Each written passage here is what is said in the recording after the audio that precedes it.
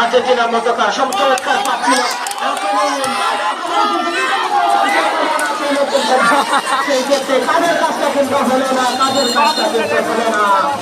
চমৎকার চমৎকার এক পরিবেশ ছিল, চমৎকার এক বিনিশট ছিল, সেটা কিন্তু প্রতিহত করে দিয়েছে ব্রাজিলের সমুদ্র ছিলেন প্রতিজ্ঞাত গোলকিপার।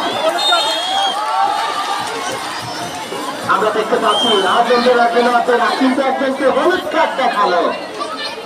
আজকের ম্যাচের মেসেজার অত্যন্ত চৌকসতার সাথে কোনো কিছুই কিন্তু তার চোখ এড়ায় না।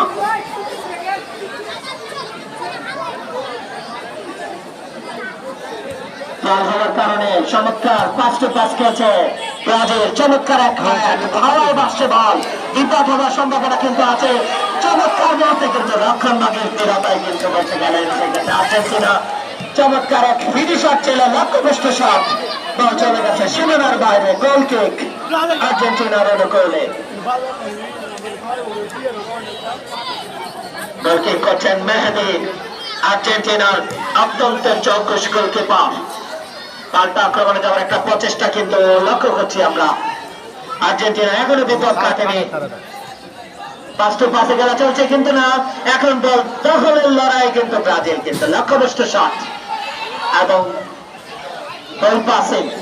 এখন কিন্তু বল ধরার লড়াই কিন্তু ব্রাজিল।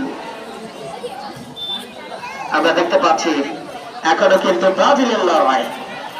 পাল্টা আক্রমণে যাওয়ার একটা প্রচেষ্টা কিন্তু আর্জেন্টিনার মধ্যে, সেই ক্ষেত্রে চৌকস চলে গেছে কিন্তু সীমানার বাইরে।